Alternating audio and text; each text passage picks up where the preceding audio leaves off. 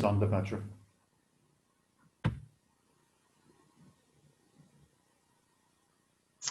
Thank you very much, Vajrachakshu. Thank you for the introduction.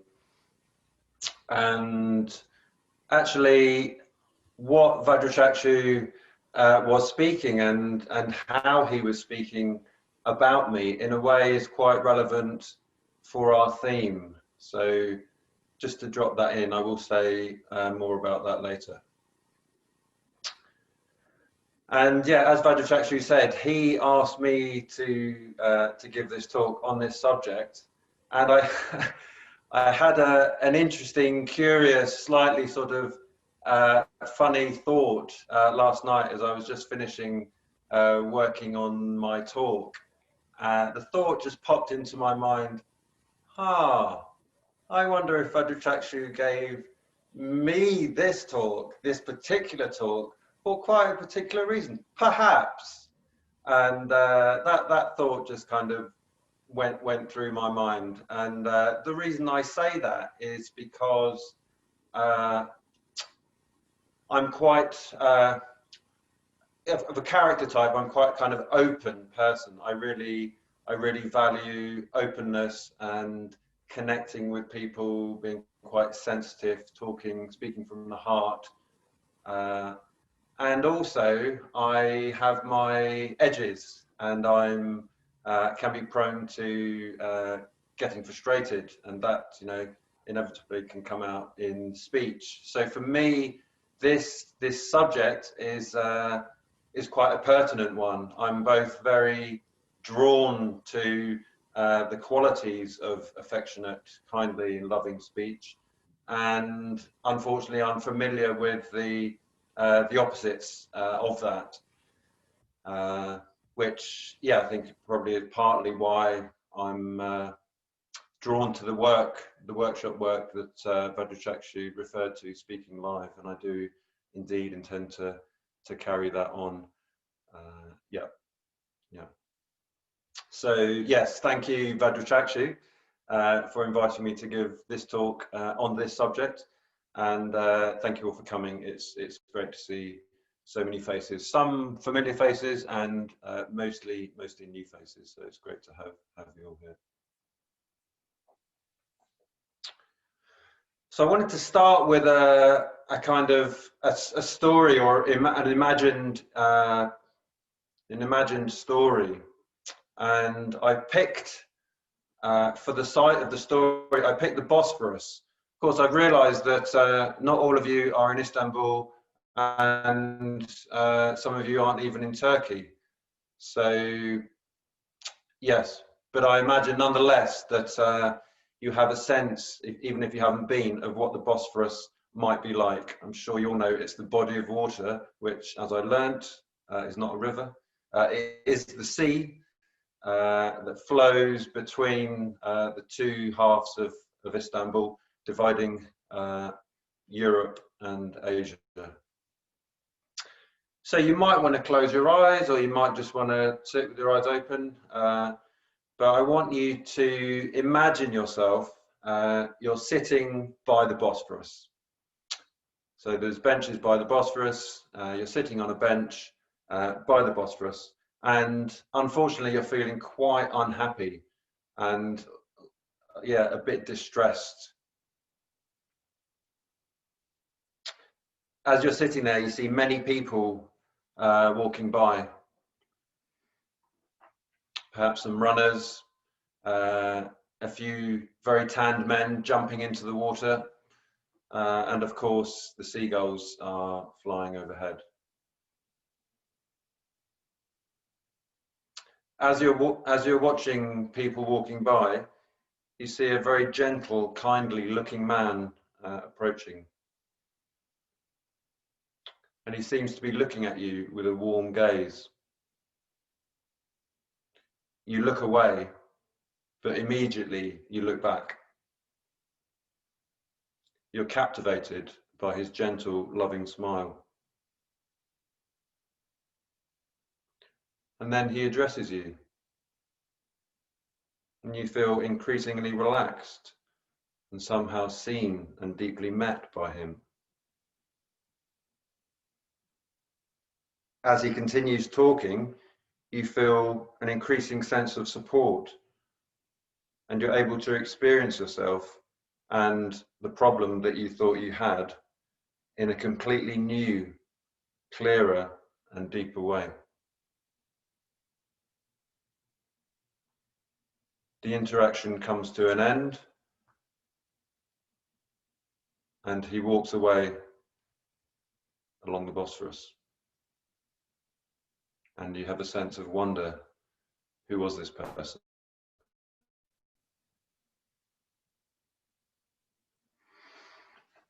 So what I've tried to do there is to evoke an experience of being on the end of very kindly, affectionate, loving speech.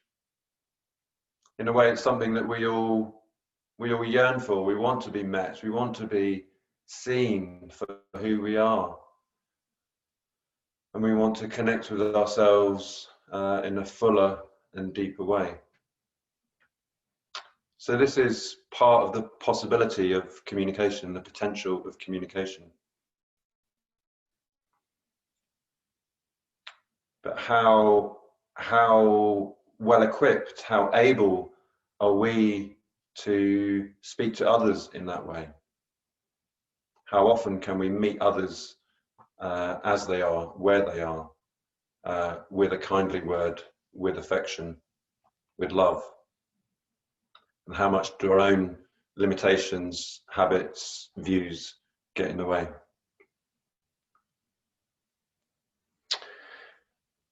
So I wanted to say a bit about what I've called the speaking moment. So obviously this is a speaking moment. I'm doing speaking, but you're all here and you're all part of that.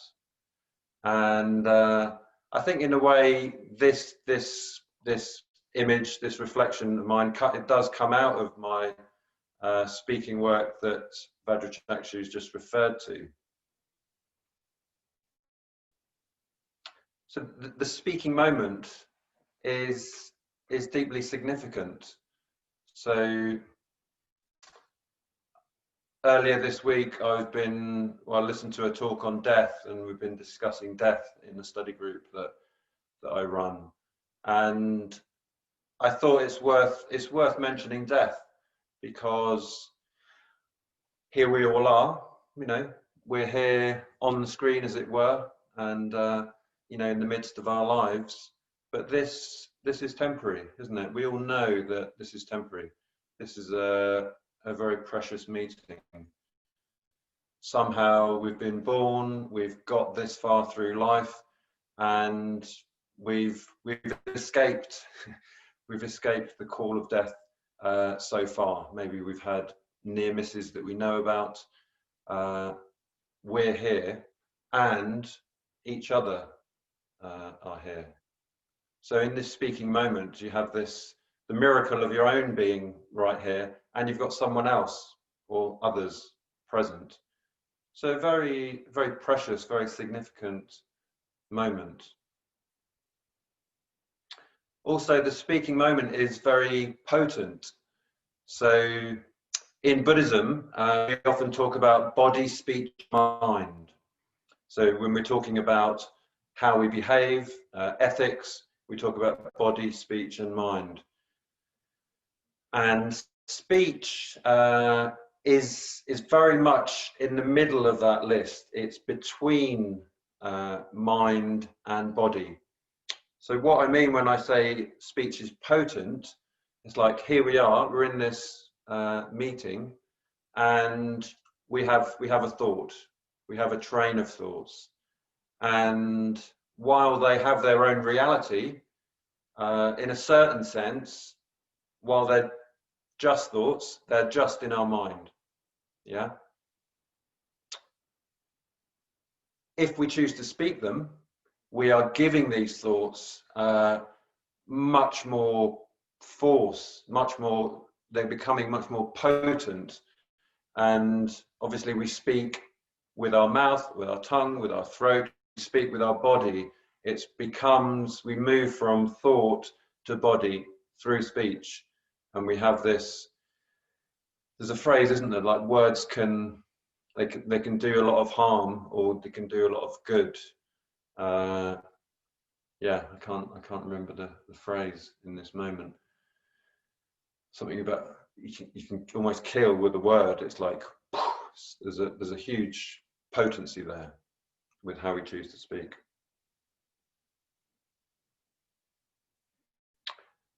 And in that, our speech is affecting.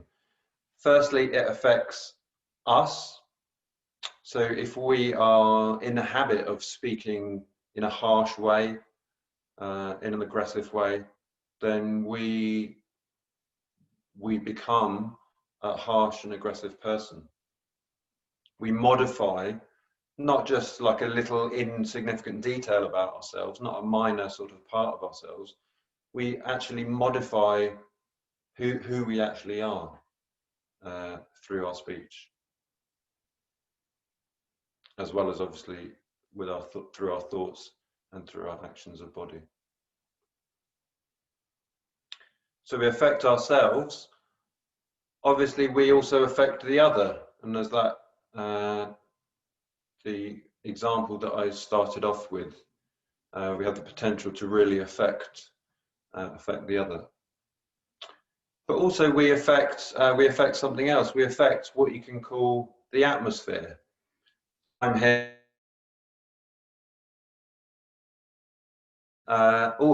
albeit in a sort of weird and limited way on Zoom. There's an atmosphere here between us. That atmosphere will be much more tangible and you could say three-dimensional if we were all in the room together.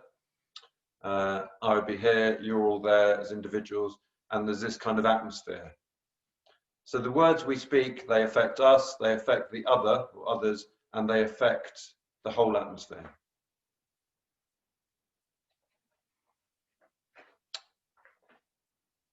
So here we are at this speaking moment, this significant, potent, and affecting speaking moment. How do we become more aware of, more alive to the speaking moment? So the first thing is we have to become more aware of ourselves. And obviously I'm talking about the speaking moment. We have many speaking moments, don't we, throughout the course of our lives, throughout the course of one day, maybe throughout the course of an hour-long meeting. There's many of these speaking moments. But firstly, we need to become aware of ourselves. And that starts where Vajrachakshu started us off. It starts with becoming aware of our body.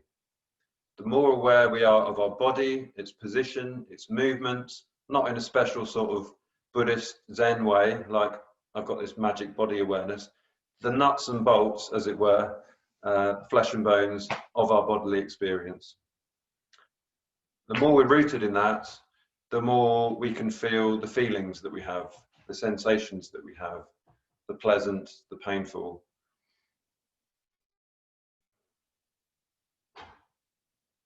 And the more aware of that, the more aware we can be of our actual state of mind, of the emotions that we're experiencing.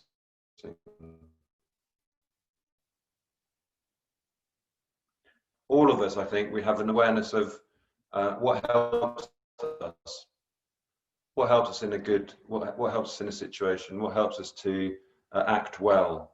Maybe it's something that you've heard Vajrachakshu say, maybe it's something even you thought of yourself, maybe it's come out of your own experience, but something that tells you, oh yes, I'm in this state of mind.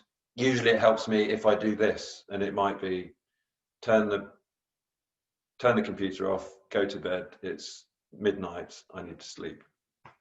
Yeah. So we're supported in the speaking moment by being aware of ourselves, being aware of our body, our feeling, our emotions, our state of mind, and being aware of our capacity in enacting our capacity to act well. Also, of course, it involves being aware of the other person. So to make the most of the speaking moment, to put it that way, we need to be aware of the other person. And in a way, the main thing we need to do here is to be aware of the other person as a person. It may sound obvious, particularly as they look like a person. If someone asks you, say yes, they're a person. But I think often that's not how we actually relate to persons. Very often, I think we've got a certain emotion, and another person can just be the convenient sort of sticking point where you put that emotion. You're frustrated, someone does something, it's like, oh, they're frustrated. You feel impoverished. Who's holding his hand up? Yeah, sorry to interrupt. I can't see the rest of the screen. The connection's not very good. If anybody else here has their camera on, can you please switch off your camera? Because I think that improves the connection a little bit.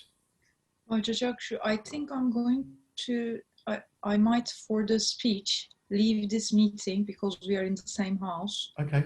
Maybe affecting and maybe go to where he is and listen to him there. Okay. I think it's gonna help. I will do that now. Join in again when the speech is. And if the other people could switch off your camera, that may help too. Thank you very much. You can just do excuse me, Anandavajra, pardon me.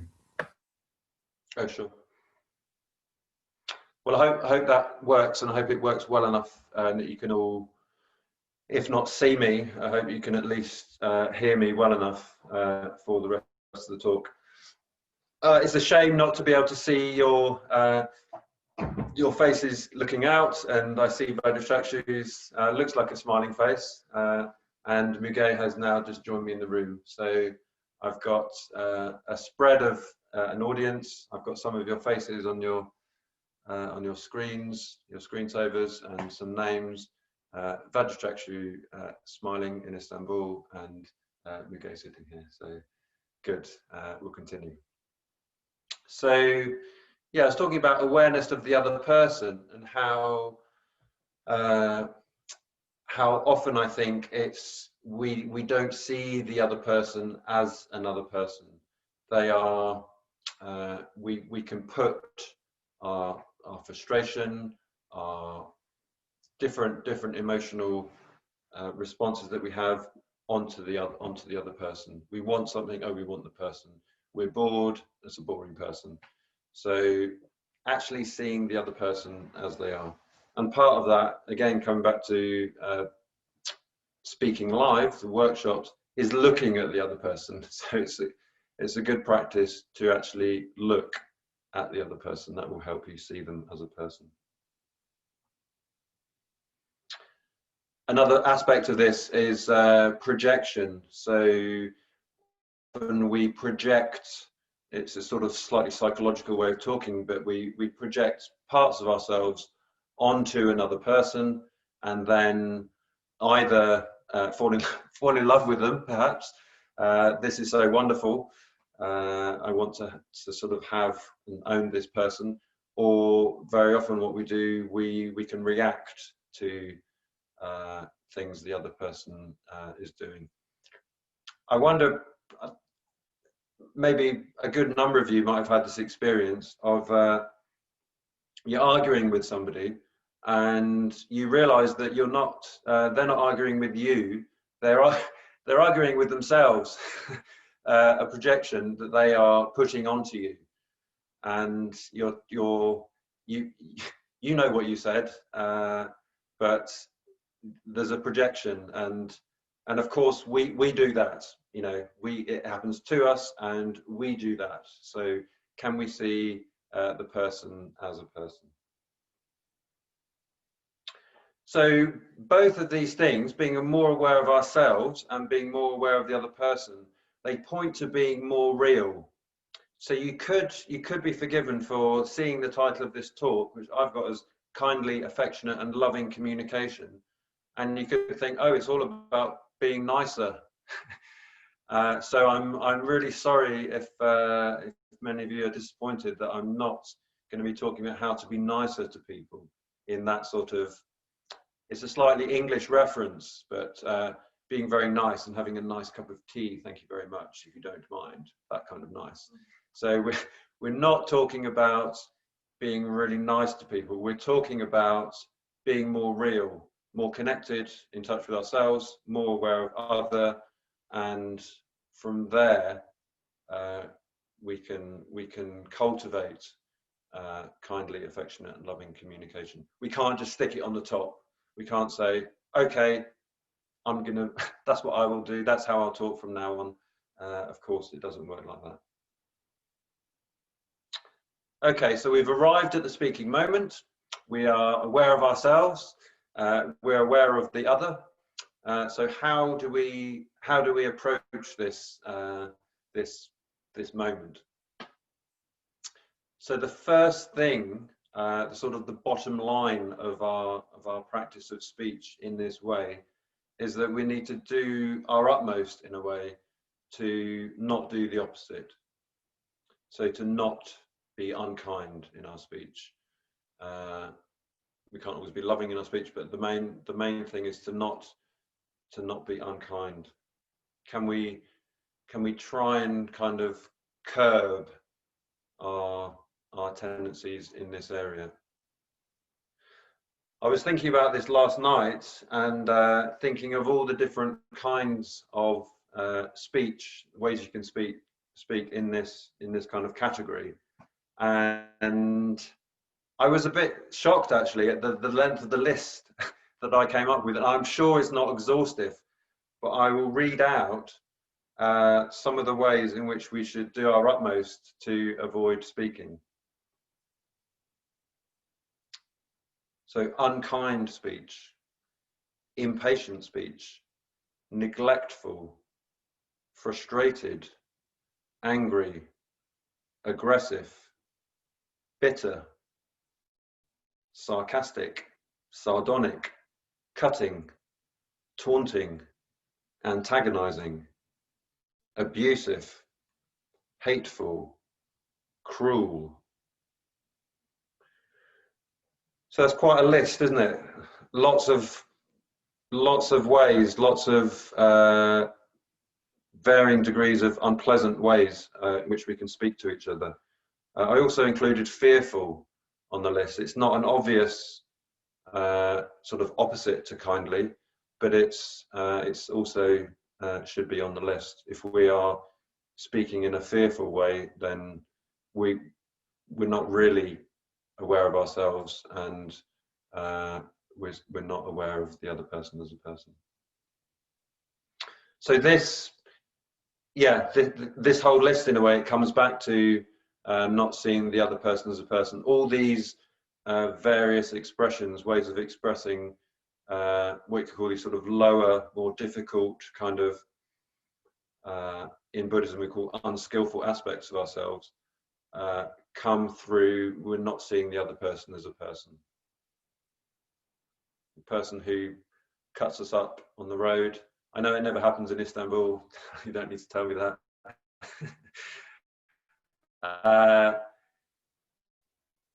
If we speak out of aggression to the other driver, we're not seeing them as a person.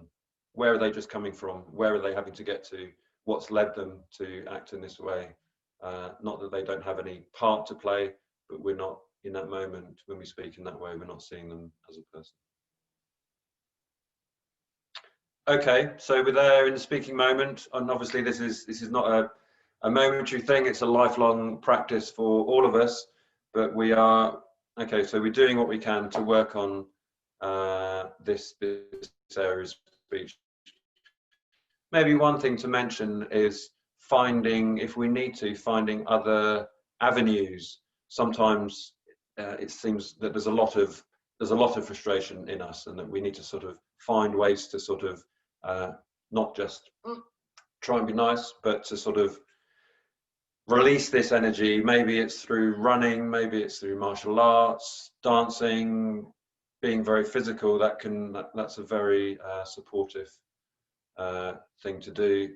And maybe finding actual ways of expressing that aren't hurting yourself and another person, maybe writing things out, really, yeah, and in that process getting clearer on what you actually feel about someone. So moving on now to talking about kindly, affectionate and loving speech itself.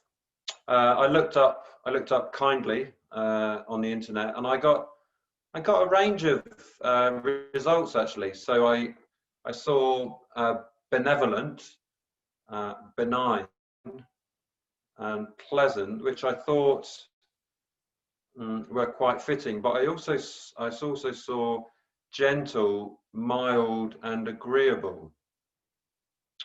And I thought I would make a point here that when we're practicing kindly speech, we're not necessarily practicing saying what the other person necessarily wants us to say.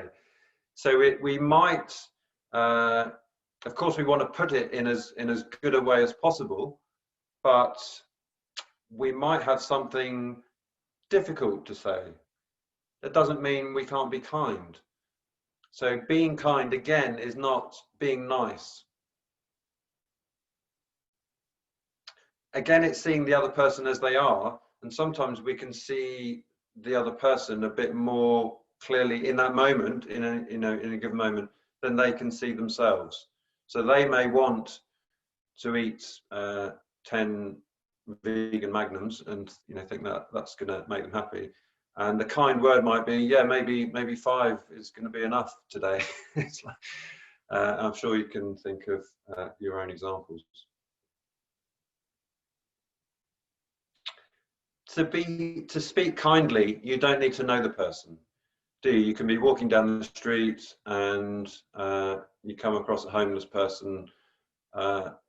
You can be kind, as my story at the beginning illustrated. You never need to have met the person. You can express kindness.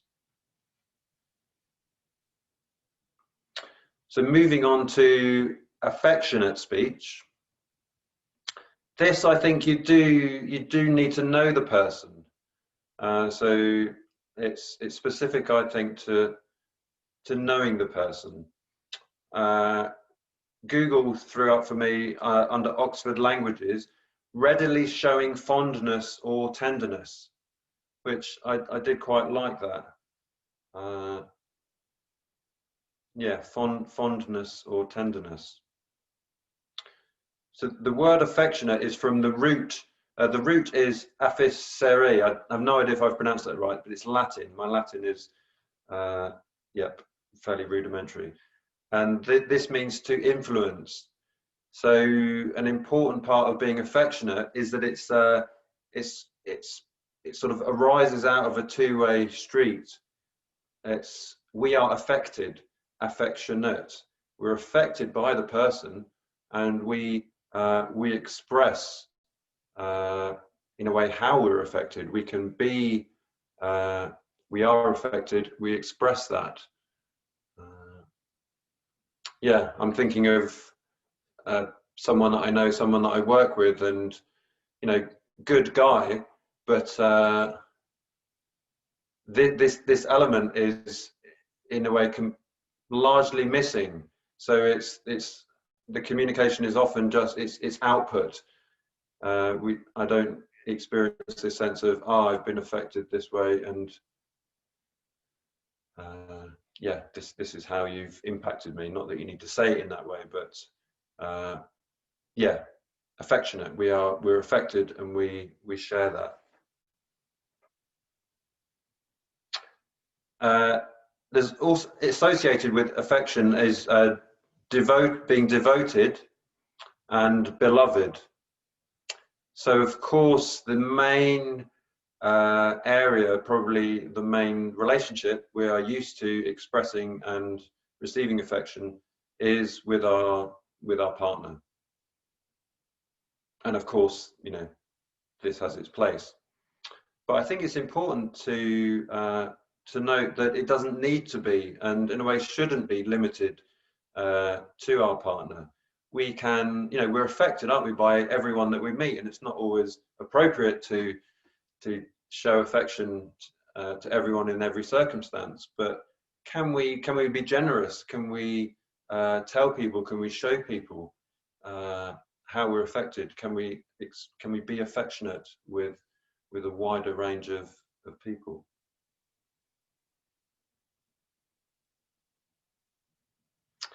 So going on to loving speech,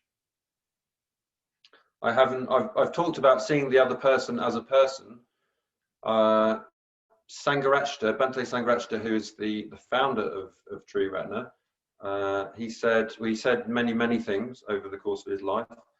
One of the things that he said is, love is the awareness of another person. So love is the awareness of another person. So again, to be loving, we need to see them as they are in their specific uniqueness. And of course, we're expressing our love. This is a fullness of the heart. And I think in a way, this relates to what I was saying earlier about projection. Thanks, Vodachakshu. We could talk about love all day, and it's a big subject, and a lot of things. I know in Turkish you've got different words for, I think many different words for love. In English we're a bit more limited, so love can mean many things. But at one end, what we're talking about here is love in this sense is we're connected to ourselves. We are in touch with our heart. We're expressing the fullness of our heart to the other person as they actually are. Yeah, I don't need to spell out to you all the ways in which other sort of, you know, lesser variants of that we can do. But that's what we're talking about here when we're talking about loving speech. We're releasing the heart. It's so easy to live. We can live our lives from up here, can't we? Hello, yes, my name's Anandavajra. Hello, yes, nice to meet you. This is my job. It's a parody, but it's easy to sort of live from up here. And just, you know, just a short walk away are our rich, deep, affected and affecting hearts. Can we release them into the connection?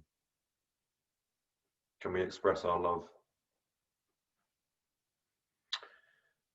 In Buddhism, of course, and most of you will be familiar with this, the main way we have of working in this area is the metta bhavana. So the meditation where we cultivate feelings of love, of kindness, volitions of love and of kindness. We work on our responses to different kinds of people and ultimately to all people, all beings.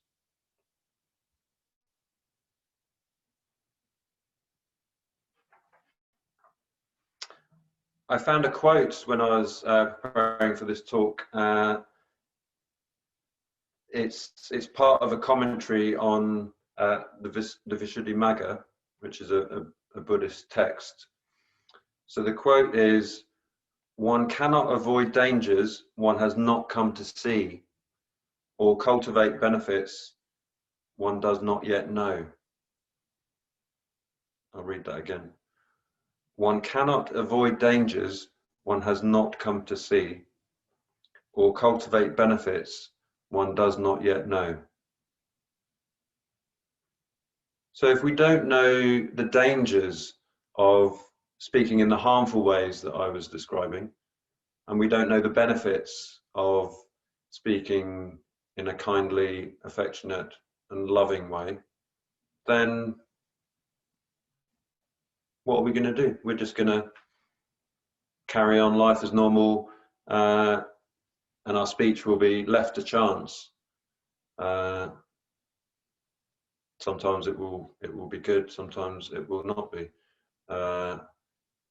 But we have this precious opportunity the more aware we are of the dangers of speaking unwisely and harmfully, and the more aware we are of the benefits of speaking kindly, affectionate, and loving, then we can do something about it. We can work on the former and cultivate the latter. So in Triratna, one of the main things that we do in this area to cultivate kindly, affectionate, and loving speech is something called rejoicing in merits. And I'm sure some, if not many of you, have experienced this and participated in this. So when we rejoice in merits, it can be one-to-one, or it can be done in a group. We rejoice, we celebrate the merits of a person, the good qualities of a person, and this is such a delightful thing to do. It's, you know, if you haven't been told about it, you haven't heard about it, then, you know, you may sort of say, you know, an appreciative word about people from time to time, but to actually make a point of doing it, I think, is an extremely positive thing to do. Often in Triratna, if someone is leaving a situation, they're leaving a community or a retreat centre they've been working, or even just, you know, coming to the end of a retreat, very often we rejoice in merits. We express our appreciation of the qualities of the person. And this practice leads in very well to another very kind of fundamental, in a way, to use that word, part of what we do, how we live in Triratna, and that is friendship. So yeah, there's lots of sort of approaches to Buddhism. You can focus on meditation. You can go and become a Zen monk, or try to, you know, kneel in the snow and do lots of meditation. And yeah, obviously it's good to practice, cultivate a meditation practice. But one of our real emphasis in Triratna is friendship, spiritual friendship, and friendship with people who are sort of our peers, friendship with people who are more experienced than us, and also friendship with people who have less experience, people who've just come along for the first time. So this is a really, an important part of Buddhist practice. And in a way, these ways of speaking, kindly, affectionate, and loving speech, we're sort of limited in how far we can take them by the context of our relationships.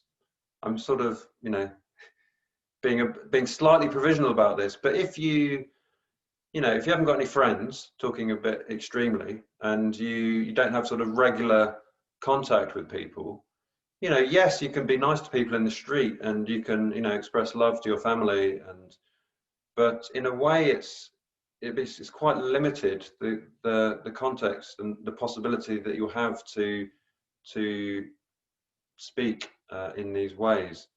So friendship is both a fruit of speaking in these ways and kind of a necessary part of the context, as it were.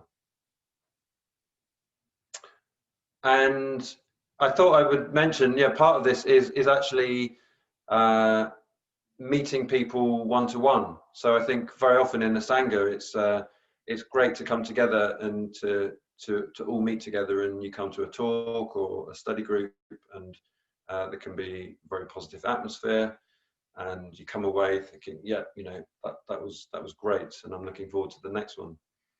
But in a way, friendship needs us to meet, as I've been talking, like person to person.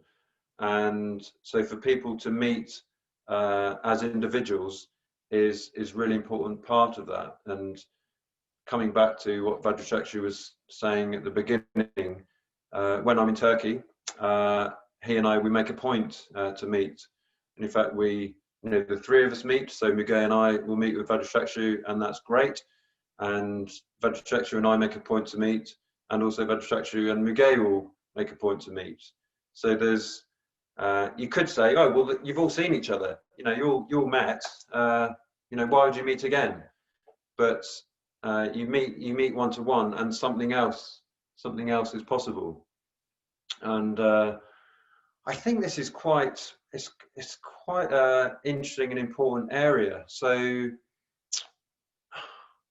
I suppose I've kind of grown up in Triratna. I came along when I was 22, and I don't know, you might be able to tell from the screen that I'm not 23 now. So I've been involved in the Triratna for a good number of years, working in businesses, a right livelihood business, living in communities, and this is very much the culture I've grown up in, where people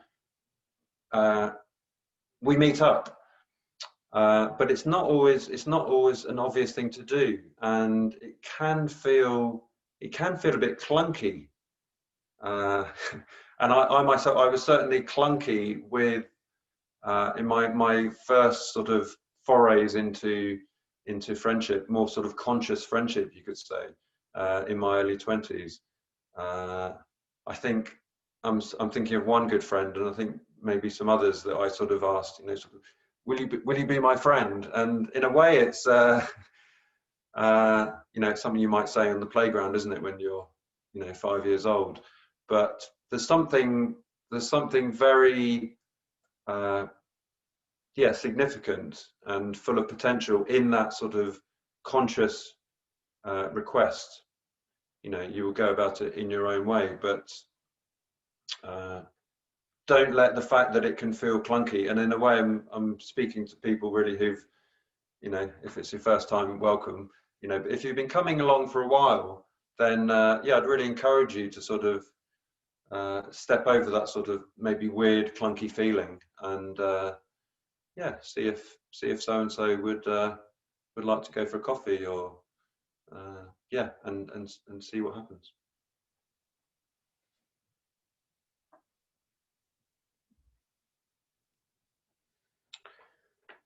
So I wanted to include some words from the Buddha.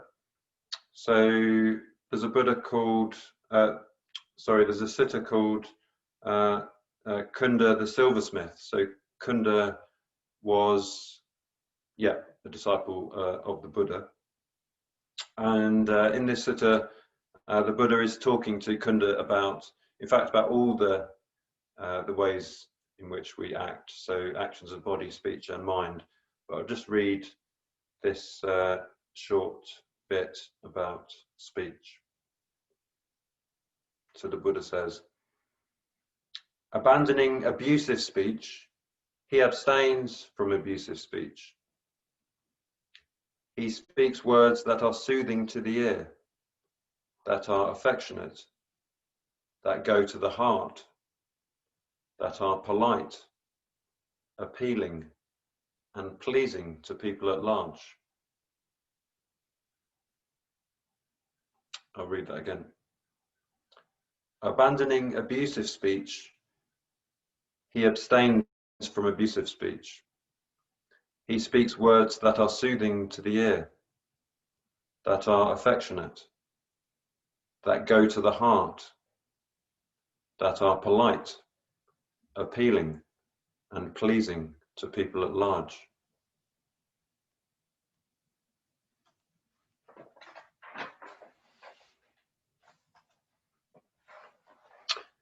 So I'll round up now, and I wanted to say that if we can speak in these ways that I've been describing, then we will change our lives. We will change how we as a person communicate, and therefore how people experience us. It's like, oh yes, Anandavajra, that is, you know, a bit frustrated, whatever. It's like how other people see us. Yeah. So if we practice speech in this way, we ourselves will become more kindly, affectionate and loving people, and we will become a better friend. We will also have an increasingly positive effect on others. with the people that we come into contact with. And what we will find is that we will end up having more and better friends ourselves. We will have a positive effect in the situations that we're in. We will gladden and lighten the atmosphere. And lastly, and most significantly, we'll contribute to a deeper and more connected field of friendship, which we can invite people into and which will have an increasingly positive effect on the world. Thank you.